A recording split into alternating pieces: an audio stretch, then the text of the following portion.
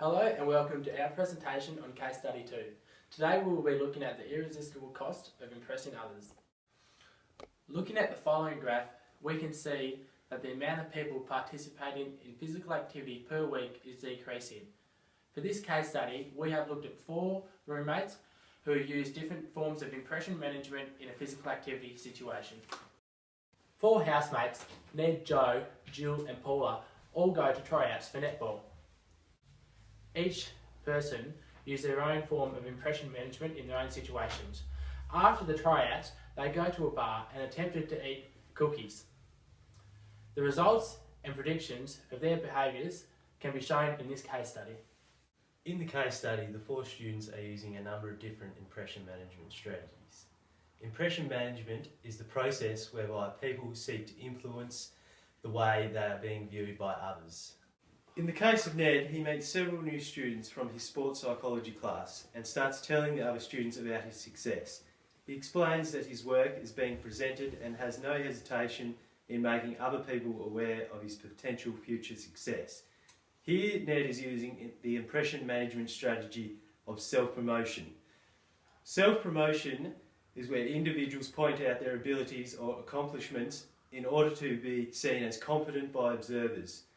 In order to promote himself, he uses bragging, where he clearly outlines his achievements to make them well known to his teammates. Joe is also using self-promotion by outlining his family's wealth and describing how he's played netball in a number of countries while staying in impressive hotels. He does this in an attempt to impress his new teammates. Joe also uses the impression management technique of intimidation. Intimidation can be described as where people signal their power or potential to punish in order to be seen as dangerous by observers. Jill meets a new young female teammate that she finds attractive. They start to talk, but Jill is modest, making herself out to be an average player. Here Jill is using supplication, where individuals advertise their weaknesses or shortcomings in order to elicit an attribution of being needy from observers. This can be shown by her pointing out that she is lucky and that she is an everyday average teammate. Paula is also using supplication by using self-handicapping to lower her expectations of others.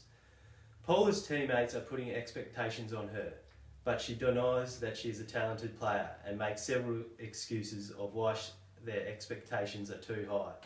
She reminds her teammates that they are better players than her and that they are making her out to be a lot better player than what she is. Here she is using integration, where individuals do favours or use flattery to elicit an attribution of likability from observers. She's using the technique of flattery towards her teammate Jill in an attempt to lower her new teammates' expectations of her while redirecting all the attention to her other teammates. Those people involved in impression management strategies often invest a lot of mental energy into manipulating the views that other people have of them. Impression management is where people regularly monitor their impact on others and try and gauge the impressions others people are forming of them. These students would be known as high self-monitors and therefore use more mental energy. In the case of these students, we have self-promoters, Joe and Ned, and self-handicappers, Jill and Paula. Joe and Ned use the impression management technique of self-enhancement, which involves egocentric views towards themselves. Jill and Paula are using supplication, which involves modesty towards others, and integration, which involves flattery towards others. In terms of energy usage, we believe that the techniques that Jill and Paula are using would require more energy, in particular mental energy, than those used by Ned and Joe. Engaging in self-monitoring could have potentially negative consequences on their motivation towards their overall health.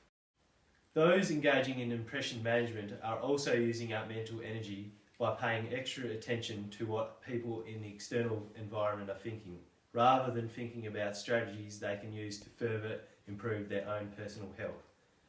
This also shows that the students are likely to have poor self-efficacy. So if they do perform poorly in the mixed netball competitions, they are not likely to think about strategies they can use to overcome their deficiencies. These students are monitoring their own health and others' behaviours because they believe others are observing them, when actually they are paying very little attention to their personal attributes. This is known as the spotlight effect. Gilovich, Medevec and Stavatsky conducted a study where students were instructed to wear a t-shirt that had an embarrassing print on it. The study indicated that individuals would think that 48% of people paying attention to them would remember what embarrassing logo was on their shirt, when in actual fact only 21% of people they met while wearing the shirt remembered what was on it. According to Schlechter, people typically monitor the impression others are forming without explicitly managing how they are coming across. From this statement, we have made the evaluation that the 4 roommates are focusing too much on creating a positive impression for their peers, that they are starting to talk too much about themselves, or they're talking too much about each other, and they're starting to be worn out. They're starting to lie, things like that. They're going to have to keep building on top of it. From this, their energy levels are going to be depleted from trying to maintain those lies, and this will take away from where they should be spending their energy, such as their nipple triads. As a teacher, these ideas and concepts can be easily incorporated into the classroom. As a teacher, one of the main concepts is intimidation. Intimidation will allow us to gain authority or control of the classroom. Control can be gained through things such as fear, so a punishment of some sort if a child misbehaves. Also, exemplification could be used. So us as a teacher may stay behind to help the principal or other teachers do duties such as after school programs or bus duty, things like that. As a student, they might they will also act out some of these concepts, and one of the main ones is self-promotion. They may have a goal they wish to achieve, or a task they may have completed, and they really want to let us as the teacher know. They really want to point out, yes, I can do this, yes, I've achieved my goal. They also may have signs of ingratiation, which is when they are helping others, so they might help another classmate, or they might do a task for us, maybe something as simple as running a note to an office. And by doing that task for us, they may feel as if that we owe them something. We owe them maybe a job back, or when they ask for our help, we give it to them straight away. They also might finally show signs of supplication, which is when they say they can't do something to gain our attention. So there might be a question that they can't answer, and they're really yelling out, "Mister, Mister, Mister, can you please come and help me?" After the practice, the 4 roommates all go to a bar and are tempted to eat from a cookie jar. The results for who would take how many can be seen on the following bar graph. Asendorf and Ostendorf describe how self-enhancement is positively correlated with unfavourable traits and undesirable behaviours. This would explain that Ned and Joe are more likely to engage in unhealthy eating. They are less likely to care about what the other roommates think if they binge on the cookies. Jill and Paula, however, would eat less cookies because they put in more mental energy into managing the impression of others. Therefore, are less likely to eat as many cookies as they fear the others may judge them for eating. We estimate they will enjoy at least one cookie, however, because they are being affected by the spotlight effect.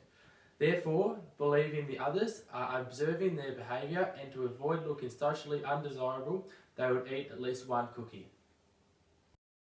We compared the theory of intelligence and the impression management factors on scatter plots to see how well they correlated. Here are the results. For this graph, we can see that those with a lower score for theory of intelligence, the incrementalists, had similar scores for self-promotion compared to the entity-minded, whose scores were more spread.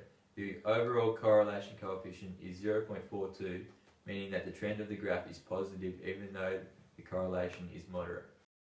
The correlation coefficient is negative 0.032, meaning there is a weak negative relation between the variables.